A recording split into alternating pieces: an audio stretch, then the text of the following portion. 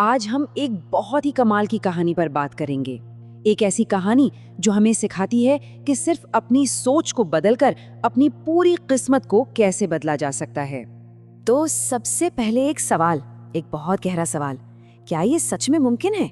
क्या कोई सिर्फ अपने विचारों को बदलकर अपनी तकदीर बदल सकता है? देखिए, ये कहानी ना हमें जिंदगी के दो रास्ते दिखाती है और दोनों का अंजाम एक दूसरे से बिल्कुल अलग होता है। एक तरफ है शिकायत, जो जिंदगी को और ज्यादा मुश्किल बनाती चली जाती है, और दूसरी तरफ शुक्रिया, जिससे कहते हैं किस्मत बदल जाती है। और इसी बात को समझने के लिए हमारे पास एक छोटी सी तितली की कहानी है। एक ऐसी तितली जो एक बहुत ही नामुमकिन सी मुश्किल में फंसी हुई थी। जरा सोचिए, एक तपता हुआ रेगिस्तान और उसमें एक नन्ही सी तितली, बेचारी खो गई है। उसकी हिम्मत पूरी तरह जवाब दे चुकी है। हालत ऐसी कि उसके नाजुक से पंख टूट गए थे, रंग फीके पड़ चुके थे और कमजोरी इतनी कि उड़ना तो छोड़िए, वो ठीक से चल भी नहीं पा रही थी। आसपास ना कोई छांव, ना पानी की एक बूंद, खाने को कुछ नहीं, बस वो गर्म रेत पर गिर पड़ी थी और अपनी मौत का इंतजार कर रही थी।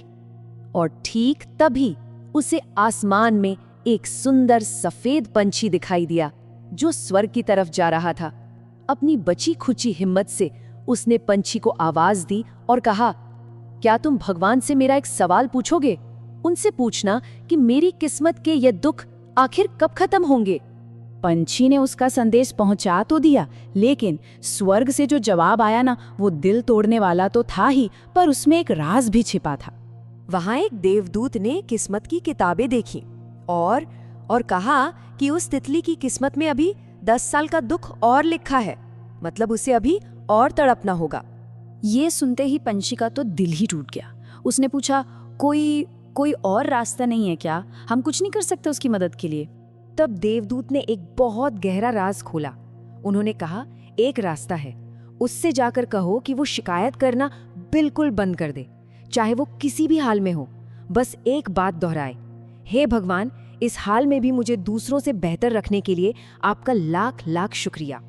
अब जब तितली को यह संदेश मिला तो उसने ठान लिया।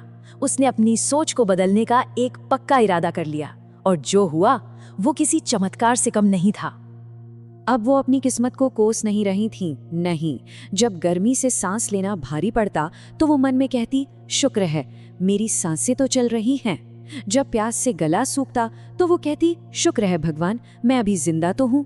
जब उसे याद आता कि शिकारी कैसे दूसरों को उठा ले गए तो वो कहती, शुक्र है मैं अभी तक महफूज हूँ। और जैसे जैसे उसका मन शुक्रिया की भावना से हल्का होता गया, बाहर की दुनिया में एक जादू सा होने लगा। पता है क्या हुआ? आसमान में काले बादल छा गए, जोरदार बारिश हुई और देखते ही देखते वो तपती रेत एक खूबसूरत तालाब में बदल गई। और सिर्फ इतना ही नहीं, उसके अपने शरीर पर भी नए रंग बिरंगे पंख उगने लगे थे।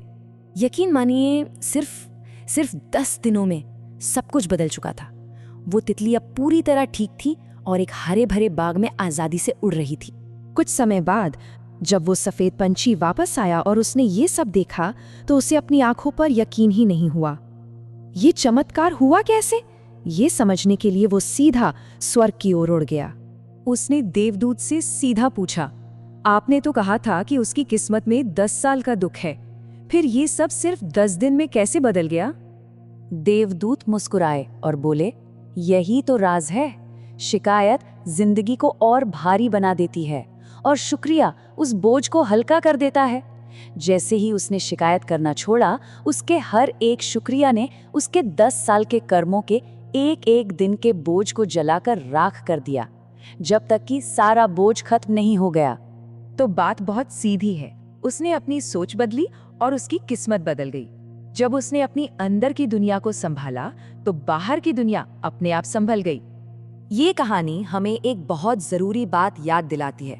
हम अक्सर इस बात पर ध्यान देते हैं कि हमारे पास क्या नहीं है, पर कभी सोचा है कि जो हमारे पास है वो शायद दुनिया में लाखों लोगों का एक सपना है?